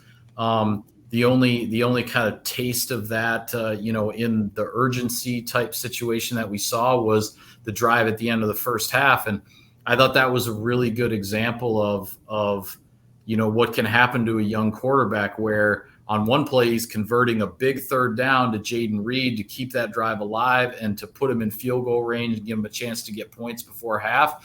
Then a couple plays later, he's taking a sack that you can't take in that situation, and if that kind of stuff happens in a 2-minute drill at the end of a game, the one play, that big third down conversion can win a game. Taking that sack, that could lose a game, and so we just have to see. There are going to be, I don't know when it's going to happen. Nobody knows when it's going to be. There are going to be a handful of games that are going to come down to the ball in Jordan Love's hands, whether trailing or tied or whatever the situation might be, in the last 5 minutes of a game, where he's going to have to get something done, with the offense as a whole in order for the Packers to win the game, come out victorious. And to me, that's what I'm going to be watching, because ultimately over time, that's what separates, the good quarterbacks and the guys with all the stats and everything from the great ones who get wins, is what you do when the game is on the line. And in this league, those 5 or 6 games every year that come down to the last 5 minutes, those are the games that decide whether you end up, 11-6 or 6-11. Because there isn't that much difference in this league between those teams. And usually it comes down to, what is this team's record, in crunch time, that usually determines what your record is for the season. That's fair. You just tossed out 11-6 and 6-11. I think it's totally within the realm of possibility that all 4 teams in the NFC North finish within those 5 games. Yeah, I would agree. I would agree. It wouldn't. In some ways, it wouldn't surprise me if nobody in the NFC North actually gets to 11 wins. But by the same token, it would not surprise me at all if if nobody in the NFC North is in that 3-14, 4-13 territory where the Bears were last year. I think I agree with you. I think there could be some clubs that are tightly bunched when this thing is all said and done. Jake, Bryant, is there anything you want to add to that as far as Jordan Love is concerned? I think kind of talking about, you jumping into my preview a little bit, but just I think Jordan Love, this might be one of those games where Jordan Love has a chance towards the end of the game to either win it or, possibly make a mistake. So I look forward to this game because I think it's going to be a bigger challenge for sure. I'm a big third down guy. I'm a big red zone guy. So those are the areas I'm going to be watching Jordan Love closely. Obviously, I think that first and second down matter too, but third downs are big to me. So third down and red zone, man, we're going to have to see what Love has. It's really going to be, as far as the offense is concerned, I really want to see more of the same in a lot of aspects, like the passing game distribution, more of the same. Yep. Like just spread it out. The rookie tight ends, I really just want to see Luke Musgrave running more polished routes. I'd like to see Tucker Kraft get a few more snaps. He only had 13 snaps in week 1. I'd like to see him get a few more. Third downs, do the same thing. Carolina, as bad as they looked last week as a football team, they looked bad, but they still converted 5 of 14 on third down, which doesn't sound great when you say 5 of 14, but it's 36%. The Packers were 39.5 last year, and I just want them to be over 40, so it's not far off. So if Carolina and their horrible football team can manage 5 first down conversions, I think the Packers will be just fine. Jake, is there anything else you're looking for from the offense? Yeah, well, sorry. For one thing, too, with Carolina, kind of like looking – I know you said you want to see a lot of the same. I want to see a lot of the same in the passing game, but I do – Atlanta won. The only shining spot for Carolina was their run game. I think both running backs average like almost 5 yards a carry. So I'll be looking like whether it is Aaron Jones, Wilson, and AJ Dillon. You know what I mean? I want to. We need to run the ball a little more on first or second down. Get that rolling. I mean, the run game is important in the Matt LaFleur offense, so I agree with you there. For me, what I'm looking for from the offense, like you said, man, just spread the love. And I'm not going to be the first one to say that, but I just the love wanted to bombs get, are going to fly fast and loose. It's going to happen. yeah, I had to get one out there. So spread the love, get everybody involved, keep everybody happy. If Aaron Jones is on the field, probably look for Aaron Jones because he's really good, and for some reason he's always underrated, which makes zero sense to me. Same thing with Drew Holiday on the Bucs. Why is he always underrated? I don't know. Maybe it's because it's a Wisconsin thing, I guess. But get Aaron Jones the ball, stay on time with your passing, and I think we're going to be okay. I'm really not that worried about this game. I don't think Atlanta's ready. Mike, what are you looking for the Packers offense against the Falcons defense? Yeah, I mean, I'm with you guys as far as the running game, and with the running game not going as well as they wanted it to against the Bears, and when you look at Week 1, that Falcons Panthers game, Panthers rushed for 154 yards and against Atlanta, and only 17 of those were the quarterback, the rookie quarterback Bryce Young running around and scrambling. I mean, the two backs for Carolina, Sanders and Hubbard, they averaged 5 yards a crack all game long, and quite frankly, Carolina was just undone by the turnovers. They lost the turnover battle 3-0 and found themselves down 17-10. Because of those 3 turnovers before Atlanta put the game away with another touchdown late. So looking at those numbers, I gotta believe the Packers should be able to run the ball on these guys, and then if they can run the ball, the play action that they can execute off of it. I mean, there's no better way, especially on the road, trying to take a crowd, indoors in a dome, as loud as it's going to be. There's going to be a lot of excitement for the Falcons, with what they hope to be building down there. There's no better way to take a crowd out of a game than to be able to run the ball and then hit play action passes off of that, because the fans sit there and they start seeing, these guys look pretty efficient. Like, things look sharp. I mean, there's nothing that looks sharper in a football game than a well executed play action pass. And play action passes look sharp when the running game is working, so that the play action is actually effective. And I think that's what this game comes down to for the Packers being efficient on offense. I think we need to sucker for play action. There's if you watched our show before, there's no sugarcoating it. Like, I love play action. We just need to make sure we know where Jesse Bates is at pretty much all times, and I think. I mean, he got all 3 of the turnovers. The 3-0 in the turnovers was Jesse Bates 3 and Carolina 0. I mean, he had 2 interceptions, had a forced fumble. Atlanta's first 17 points in the game were all off of those 3 turnovers. I mean, Jesse Bates is the guy. Jesse Bates is the guy who won that game for the Falcons. I mean, that big free agent contract they gave him, to take him away from Cincinnati, they feel like, every dime of that was well spent at this point after one game, the way he, the debut that he had for the Falcons last week. Kind of wish he was wearing green and gold, not going to lie. He's pretty good. All right, so switching to the defense, for the secondary and the tackling, as far as they go, just don't get beat downfield.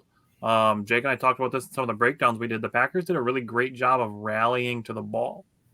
And this is going to be, as far as downfield goes, Drake London and Kyle Pitts are really their only weapons as far as I'll say as downfield goes. Drake London had 1 target last week. And then as far as tackling goes, this factors into where the running backs come in. But they just need to be the team they were in the second half.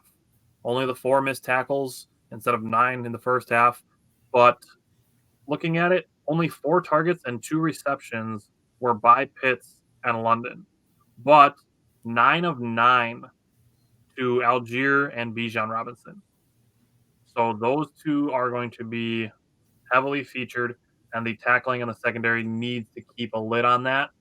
And they need to be sure tackling, because if you let those guys break tackles, this game could get rough. So just sure tackling and just really knowing and having an awareness of where they are at all times.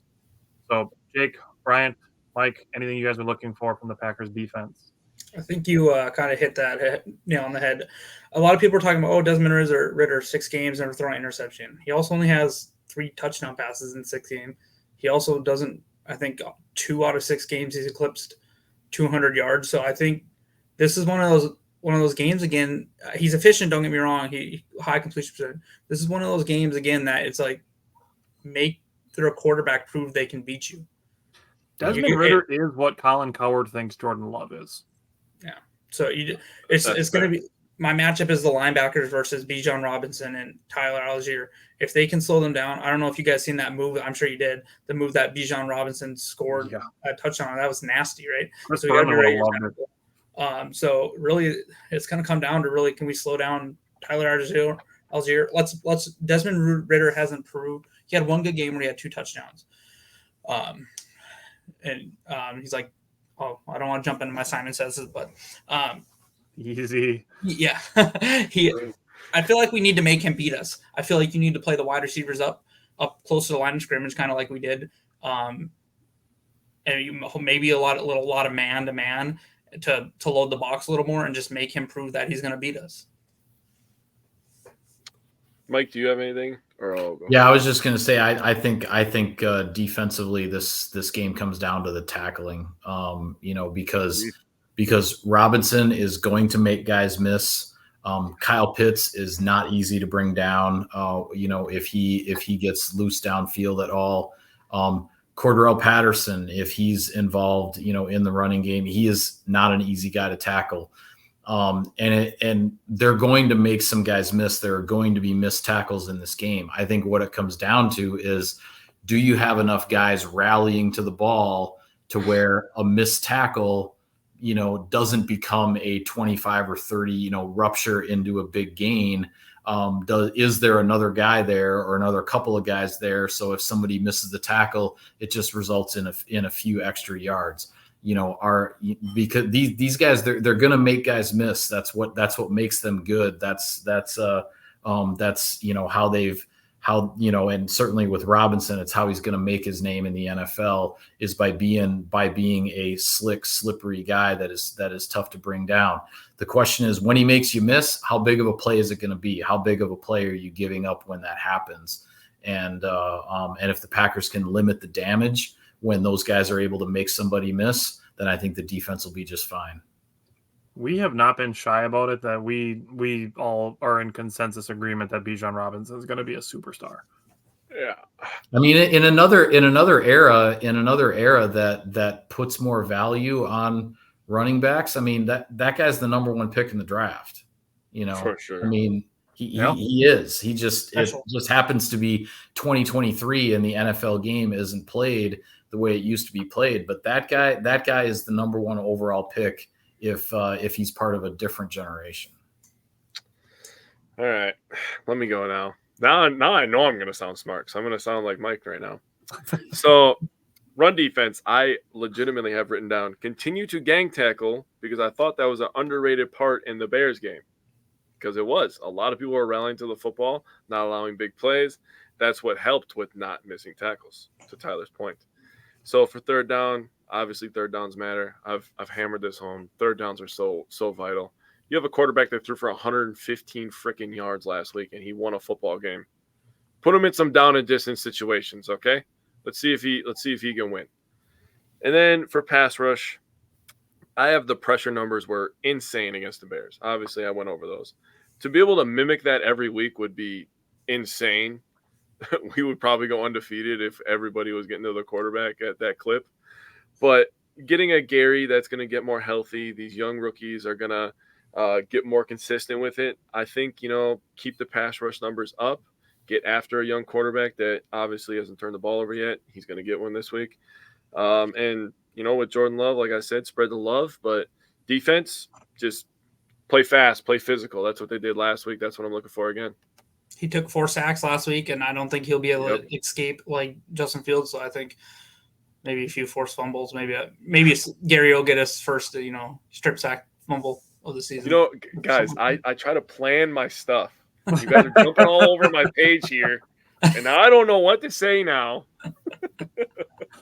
So I'm with you guys. You got to make Desmond Ridder beat you. I actually made the comment in the Insider Inbox column this morning. I mean, he's a young, talented quarterback, and maybe he's good enough to beat the Packers. But you got to find out if he's good enough to beat you or not. You know, you can't let their strength, which is their running game and those playmakers.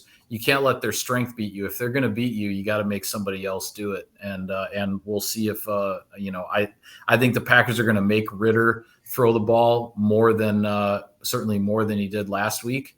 And we'll see what happens. So this is like one of the next things is, Mike, you brought this up with Carolina's running game, but the Panthers actually had the ball for over 34 minutes of the game last week. They outgained them by 60 yards. The total yards were 281 to 221. I mean, they outgained them by 60 yards. It was really the turnovers that just did them in.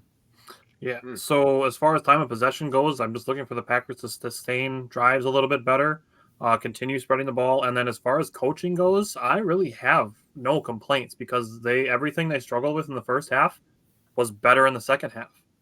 So I really don't have any complaints about the coaching as far as last week to this week goes. Bryant, I don't know if there's anything specific you're looking for on special teams. You kind of mentioned the punting a little bit. But the one thing I'm looking for is, and Mike kind of talked about it, Cordell Patterson is going to play this game. Can Carlson kick the ball out of the end zone? I'm hoping that he does. That's kind of like I expect them to do that to Keyshawn Nixon. Yep. We should try to do the same to Patterson because they're both can literally one of the quickest ways to flip momentum in game is a special teams touchdown or a defensive touchdown. So literally just try to keep the ball away out of his hands and on special teams. And Patterson will bring it out from 9 yards deep too. Like if he can catch it before it goes out of bounds, he's coming. So if he can get it through, hopefully the conditions will be perfect during a dome. Carlson should have a big enough leg to kick that thing out of the end zone if he needs to. Hopefully that's what he does. You know what I mean? Because like I said, I expect them to do the same thing to Nixon. So. All right, Brian, you kind of gave your matchup already a little bit, so I'll let you just refresh it. Yeah, just really the linebackers versus Quay Walker and Devondre Campbell's speed and their coverage abilities really against Bijan and Tyler Algier. If we let them, and potentially Cordell Patterson, if we let them run wild, we're going to be in for a big brawl. If we stymie their run game, I think we could pull away on this one a little bit. Granted that we're playing a much better defense than we did last week, and I think this would be a much tougher task. But if we can stymie the run game, I like our chances. Jason, or not even stymie, just slow it down. Don't let that be why they beat us. So my key to the game last week was limiting and isolating big plays, and that totally applies here. So it's not shocking, but I went a little bit more specific. And mine is strictly just Quay Walker versus Bijan Robinson. Just those two guys specifically. It's going to be interesting to see how they interact. Not like person to person, because I mean it would be interesting, but like how they interact on the football field. I'm actually really interested to see because they're both quick. So I'm really excited to see. It's just going to be good for football. Like Jake and I talk about this with the Brewers all the time, that we're watching two head-to-heads that are just make for great baseball. Like this is just going to be a great football game to watch. So I'm just excited about that as a football fan. But Jake, what's the matchup that you're watching? So we talked about Jesse Bates earlier. Like I said, you guys were jumping all over my paper here. But I got Jordan Love versus Jesse Bates. Mike brought it up that he forced all 3 turnovers last week. And Jordan Love's he actually commented on it. He talked about Jesse Bates always knowing where number 3 is at all times. He looks weird wearing number 3, by the way. But always knowing where he is, just like his name, he's very good at baiting quarterbacks in the turnovers. Love cannot be afraid to throw the ball over the middle. Do not let Jesse Bates intimidate you. Keep throwing that ball over the middle. Establish the run game, and don't let him ruin the game. Mike, is there any specific matchup that you're looking forward to this week? Yeah, I mean, I'm with you guys on yours. I mean, as far as the linebackers against Robinson, Jesse Bates against Jordan Love. The other one, I guess, I don't even know exactly how to frame it as a specific matchup, but I'm very curious as to how the Packers are going to go about dealing with Kyle Pitts. Like, how are they? Is it going to be Walker? Is it going to be Campbell? Is it going to be a bracket type of thing where maybe Savage or Ford is involved? On the back end, We saw last week, Cole Kmet ended up one-on-one in the end zone with Rasul Douglas, so, I mean, how are the Packers going to defend Kyle Pitts? I think becomes an interesting question, because I honestly just don't know what the answer is. I think this is a huge opportunity for Savage to stack two success. He's going to be a big piece in this game, both in the running game and against Kyle Pitts, because those are really their strengths, right? They're in the middle, those two. London's good, but let's be honest, if Jaws on him most of the game, he's going to be should be shut down for most of the game. So yeah, I think if Savage can stack success here, this would be a huge opportunity for him. So this guy already came up, but my X factor for the game is Jordan Love against the Falcons secondary that forced a bunch of turnovers. So not a super eye-opening pick, but Bryant, who's an X factor for you this week? So mine's actually a rookie. It's Jaden Reed. I think one of the areas that we're going to see that we're going to try to attack, especially on third down and stuff, is out of the slot in the middle of the field, probably behind the linebackers before where Jesse Bates is going to be. I won't be surprised if they're trying to open up the middle of the field quite a bit with maybe, Musgrave running some seam routes or something like that to, pull Jesse Bates away a little bit. I think you could see a lot of those short hitters to Jaden Reed, kind of like similar to the touchdown you've seen Christian Watson get, where he's just running along those against the Eagles last year, running along the, couple yards past the line of scrimmage just to get him the ball in space. So I'm Jaden Reed out of the slot is my X factor this week. Jake, what about you? It's an interesting one. So I went Devondre Campbell and Quay Walker versus Kyle Pitts, actually. They have the two guys that are just unguardable, basically, when they're on fire. Kyle Pitts. If that guy's feeling it and you're throwing the ball where you can catch it, you're not stopping him. It just is what it is. He's 6'6", and he runs a 4.4. You're not stopping him. Bijan Robinson's middle name is actually Breaking Tackles. Bijan Breaking Tackles Robinson is his name. I looked it up on Google, so it's true. Wikipedia wouldn't lie to you. Yeah, Wikipedia never lies. But you got to stop one of them, right? So I'm choosing to stop Kyle Pitts. I think that would be the easier one to stop. You can rush the quarterback, and hopefully that Desmond Ridder is not the guy that we're hoping that the Falcons are hoping that he is. So Campbell and Quay got to control that middle of the field, and we'll just let Bijan get what he's going to get. It's like a basketball game, right? Another basketball reference for you. There's some guys in the NBA, they're just going to get what they get. Curry's going to score 30 on you if he wants to score 30. LeBron's going to score 40 if he wants to score 40. Giannis is scoring 40 if he wants to. Bijan Robinson is going to touch the damn ball. He's going to get yards. Stop Kyle Pitts. Mike, is there one player that you really think kind of hinges an X factor on? I would say my X factor for this game is whoever can intercept Desmond Ridder for the first time in the NFL. I think the Packers have to get rid of that 0 in Ridder's interception column. I'm not sure who it's going to be. Maybe it's Ja, maybe it's Rasul, maybe it's Savage, maybe it's maybe Quay Walker, gets an interception for a second week in a row, but I think if the Packers get Ridder to throw that first NFL interception, I really like their chances.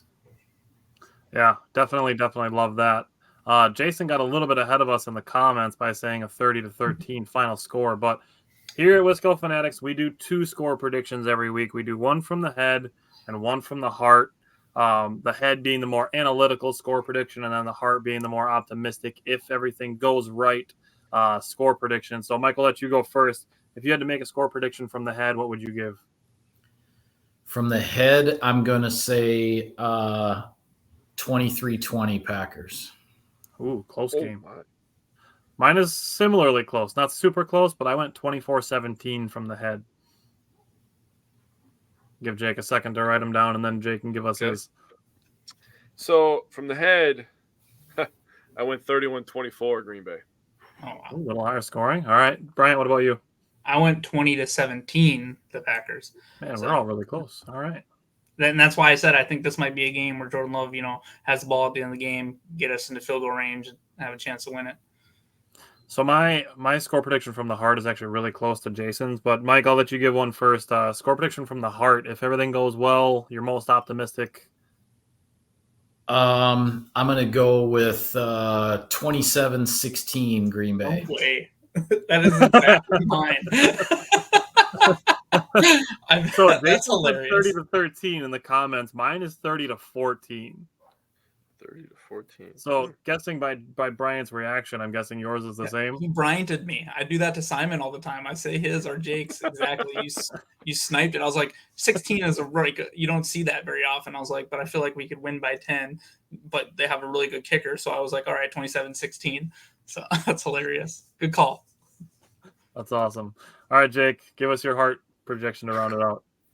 Here's we're gonna get a couple turnovers. Foreshadow there for you, but 34-10. Let me do my Simon Says first. Hey, that's everything going right. That's everything going right. So everything in my heart going right. We're getting turnovers. We're running the ball. We're passing the ball. They're not doing any of that stuff. So 34-10. All right. So our last segment before we sign off is our Simon Says. Simon isn't here with us this week. He's doing his tactical moose retreat for the military in Alaska, as we like to say. So we have Mike. So we're going to do Spofford Says this week. Yes. So we do basically one bold prediction for each game, one on offense, one on defense. So Mike, if you just give us a thumbs up or a thumbs down. Bryant wants to go first, so I'll let you fire away. Right. So here's my defensive one. Desmond Ridder has played 5 games in the NFL and has never thrown an interception. Green Bay will pick off Ridder twice and hand him his first home loss ever in college or the pros. Oh, yeah. I like that. All right, likes it. All right, Jake, give us your defensive one. You copy me with the 2 interceptions, but I wrote down who's going to get them. So Okay. I say we hold them to under 230 yards. We're going to get 2 interceptions. Jair gets the first. Darnell Savage gets the second.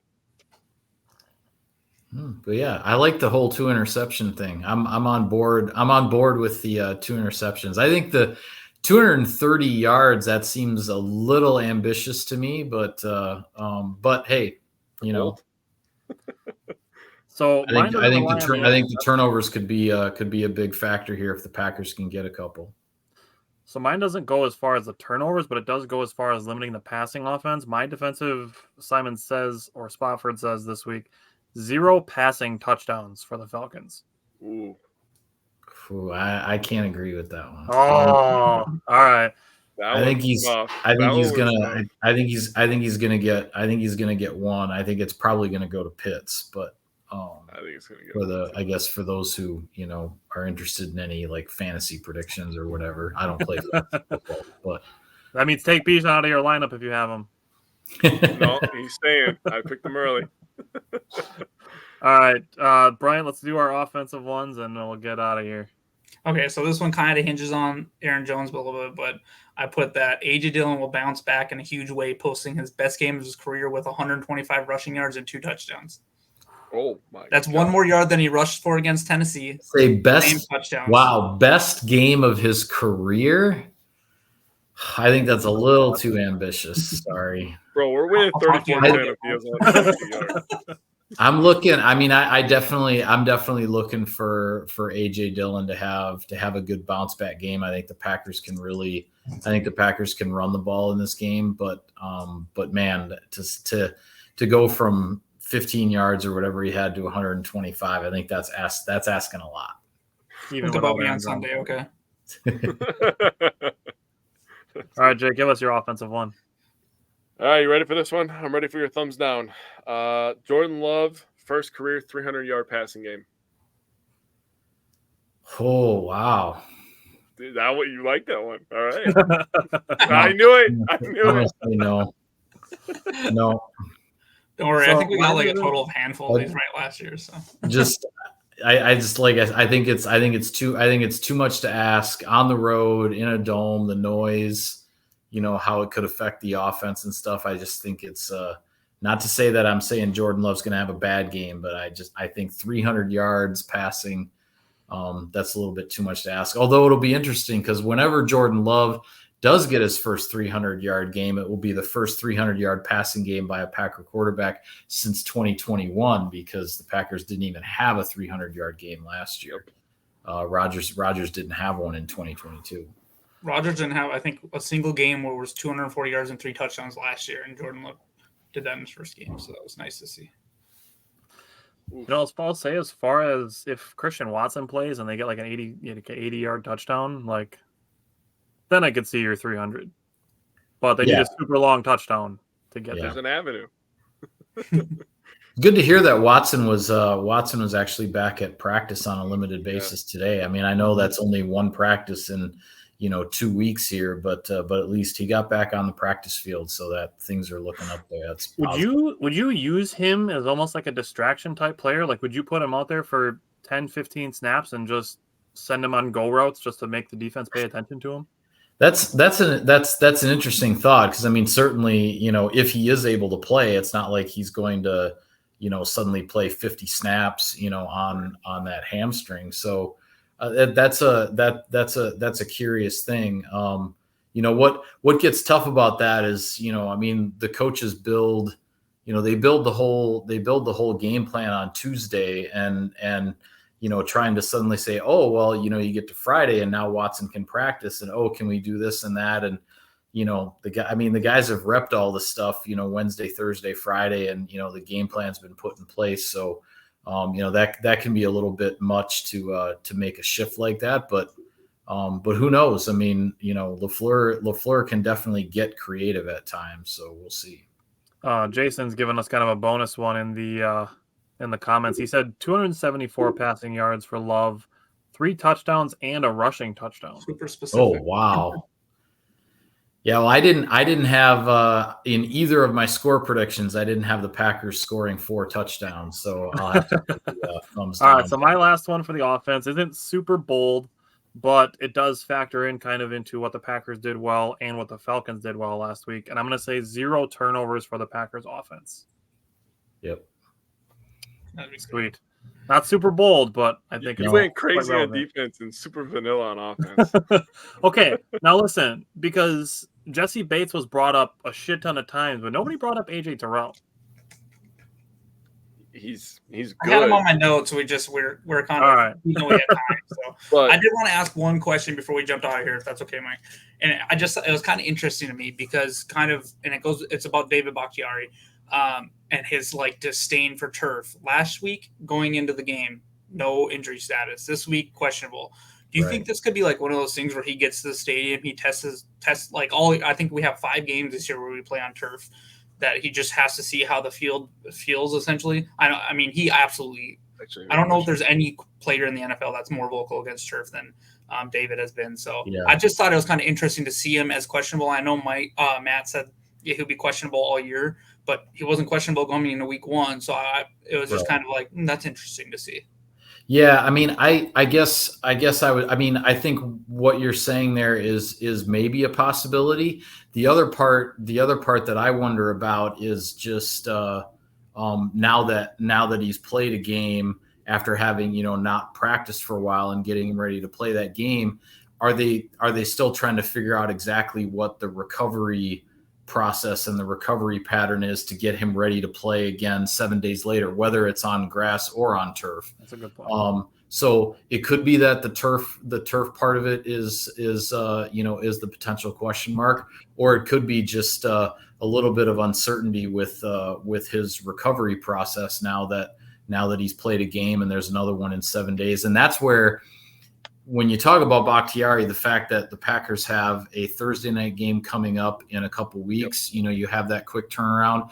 And then obviously the other Thursday game, which is also against the Lions, will be on Thanksgiving, where they're going to be playing, the 2 games in a span of 5 days. With a guy like Bakhtiari and the schedule they have him on and stuff like that, that's really going to be something to watch because for as vocal as he is about turf, I think those weeks he's going to probably be just as vocal about Thursday football in the NFL, because it's not necessarily conducive to the type of schedule that he'd like to be on. And he last thing too is it's interesting about Aaron Jones. There's a couple players on our team that if they don't practice, I feel fully comfortable with them going on playing. Aaron Jones, Bakhtiari are a couple of them. So we'll see what happens with him. Yeah. All right, Jason threw one more defensive bold prediction in here. He said 2 sacks for Gary, Van Ness, a sack, and a forced fumble. Wow, that's pretty bold. I'm gonna say no. I'll have to give the thumbs down to that, only because I'm not sure. And this is again where the turf thing I think comes up is how many more snaps is Rashawn Gary going to play? I mean, yes, he's certainly capable of playing more, but this game is also on turf as opposed to on grass. So I don't know if Rashawn Gary necessarily goes from a dozen snaps to suddenly 3 dozen snaps. As good as he was with the pass rush last week, this Atlanta offensive line is a little better than Chicago's. So, his pass rush win rate, pressure rate, whatever you want to call it, it's going to be really tough to repeat that, compared to what he did in Chicago. All righty. Well, sounds like lots of fun things to watch for this Sunday. Should be just a good football game in general. Mike, we want to thank you again for taking 2 hours to spend time with us to talk about the Packers. We really appreciate it. Hey, I enjoy it, fellas. It's always fun. It's cool having the validation and the discussion of somebody who works for the Packers, somebody living the dream, and getting the insight from you as well. So we really, really appreciate it. Yeah, I enjoy coming on, guys. It's always fun to talk to you. And I think most people know where to find you or whatever, but you just want to throw a couple of where they can find some of your content from. Yeah, I mean, Packers.com. That's where I'm at. I'm also on Twitter or X, I guess, at Mike Spofford. But for those of you who know me, I'm not crazy active on social media. But go to the website. That's all my work is there. It's got my name on it, and appreciate anybody who likes to consume it. All righty. Well, we will be back. We're going to share our keys and our score predictions on Sunday morning. Otherwise, Jake and I will be back on Wednesday talking about the Brewers and the Badgers, and then we'll be back again next Friday night talking about this Falcons game.